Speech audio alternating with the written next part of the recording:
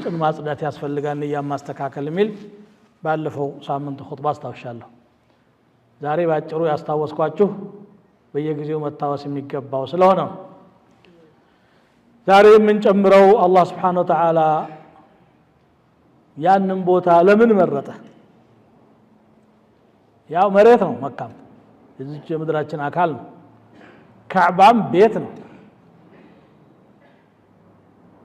መጀመሪያ ምርጫ ያላህ ነው يخلق ما يشاء ويختار ما كان هم الخيرة من أمرهم يفلقون يفطرال يمرطال ብሏል ከሰዎች መካከል ለነብይነት የመረጠው አለው ለሰሃባነት የመረጠው አለው ለስዲቅነት ለሹሃዳነት ያዘጋጀው አለው وهو يتولى الصالحين ኢማንንም የፈለገውን ሰው ነው የሚለግሰው አላህ هو الذي خلقكم فمنكم كافر ومنكم مؤمن እንደውም በካፊሩ ጀመረ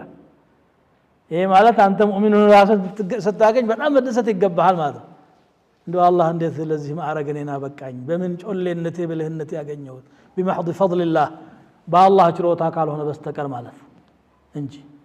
ቦታንም አላህ ነው የመረጠው ካዕባን መርጧል ራሱ ካዕባ ጠቃሚም ጎጂም አይደለም ሐጀር አልአስወድም እንደዚሁ ጠቃሚም ጎጂም አይደለም ጥቅምና ጉዳት ከአላህ ነው የሚጠበቀው ምህረት መስጠት ችሮታ መለገስ ያላህ ነው ከፍ ማድረግ ያላህ ነው ግን በዚህ መልኩ ነውና እታረቃችኋለሁ ብሎ እድል ሰጠ ካዕባን ለሁለት ዓላማ መረጣት